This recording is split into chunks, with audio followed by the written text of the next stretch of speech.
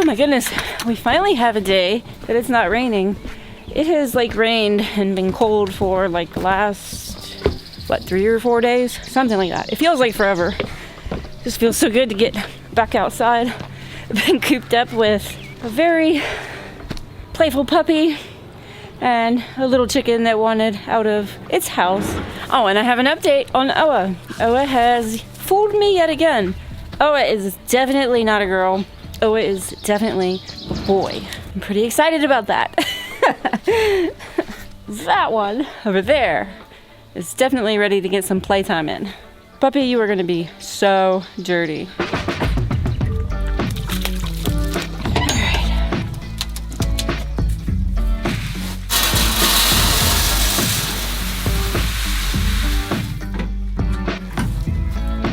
I have a whole bunch of things I want to do out there today, but it is way too muddy. Hopefully it'll dry up some later. So until then, I think I'm gonna go ahead and get started on, I'm making a pizza tonight, and I make the pepperoni / sausage. It's kind of a mix of both.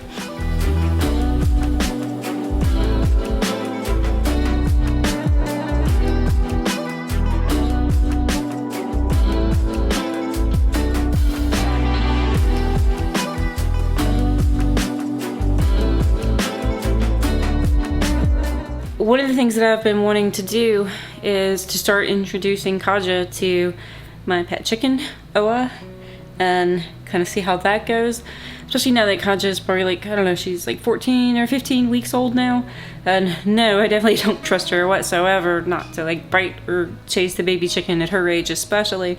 But I think it's good to go ahead and start getting her in close contact. We would love for her to, mingle with them and act more of a protector for them if at all possible. My plan is to get her on her leash, tied up to something, and then get Oa and kind of bring Oa close to her, watch her. And the thing is she has a shared fence line with our other chickens outside, so she gets to, be in constant contact with them.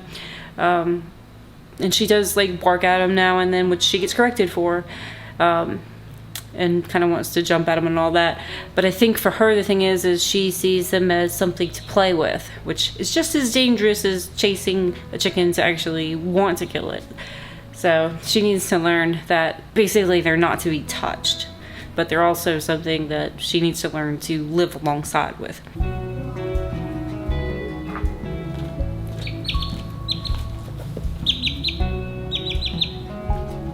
This one smell.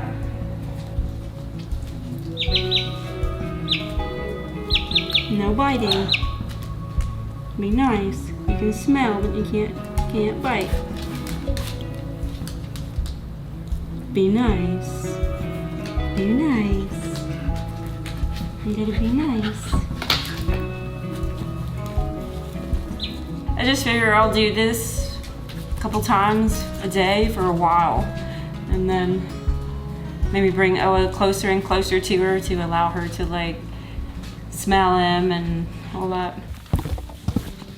Something over here with these chickens that I need to investigate.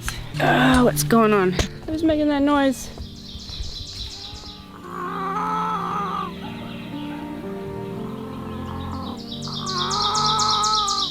She is one of our oldest hens. She's from the first flock of Faverolles that we got. She's very clearly unwell, like she's actually having trouble breathing. First thing I need to do is remove Nonami from the flock so I can easily get her without him getting excited. And yeah, I have this bandage on my hand because the other day when Kaja and I were playing, I put my hand in the wrong place at the right time and got a pretty nasty cut from her little sharp puppy teeth. And then for whatever reason today, it just kind of reopened again, so I had to cover it up. The plan is to get Nonami, put him temporarily in that mobile tractor over there. That way he doesn't get too excited when I pick her up if she makes a racket. And then grab her and then put her in Finn's old chicken tractor over there and isolate her from the flock. See if I can figure out anything that's wrong with her. I don't feel very optimistic about a chicken that is struggling to breathe like that. Boy.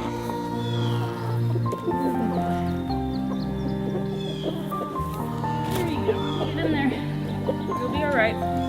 What's wrong with you?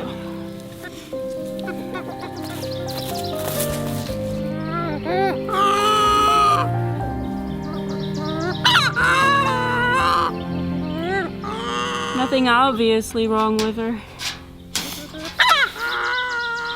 Just get her in this coop and get her some food and water and take it from there. I don't know, there's nothing like physically wrong with her that I can see. I didn't expect to find anything though, but I checked her vent and her crop and looked for anything else, but there's nothing. It seems pretty obvious that she's sick or something. I don't know, I might try something like some apple cider vinegar or something like that. Maybe some other kinds of things. I'll look online and see what other people recommend. But it's chicken. And there's one thing I do know about chickens, and that's they're very fragile and anything can just take them down like that. By the time you know something is wrong with them, it seems like 90% of the time it's too late to do anything about it.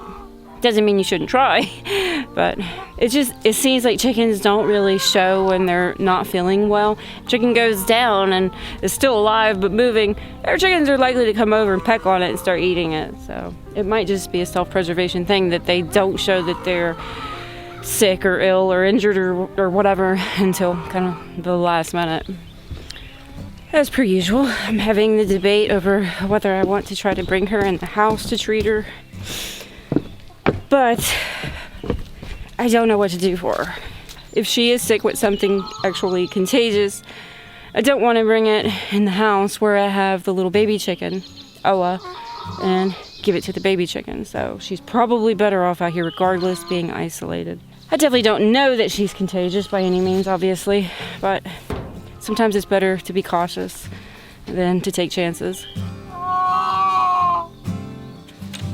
Try to help you however I can, lady. I think I'll just do a welfare check on the other chickens and make sure I don't see any signs or symptoms. So hopefully she's just an isolated case. There's the little cockerel. And it looks like the blue coat stuff that I sprayed on him.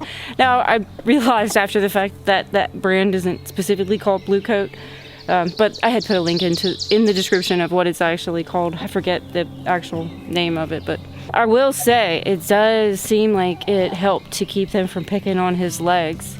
Nami looks fine. Everybody looks fine. Let's check out these other hens down here. Ladies down here dust bathing under that tree. They look fine.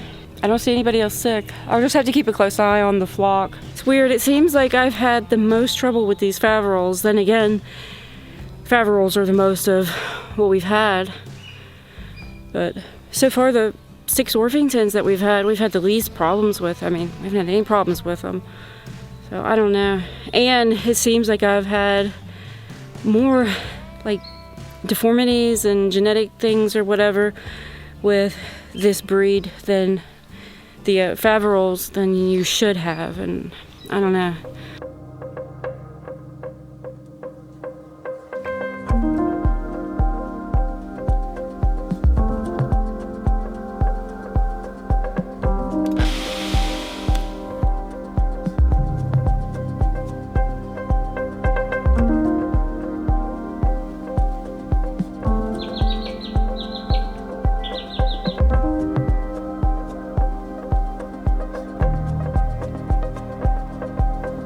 Just coming out to check on her while my pizza's cooking.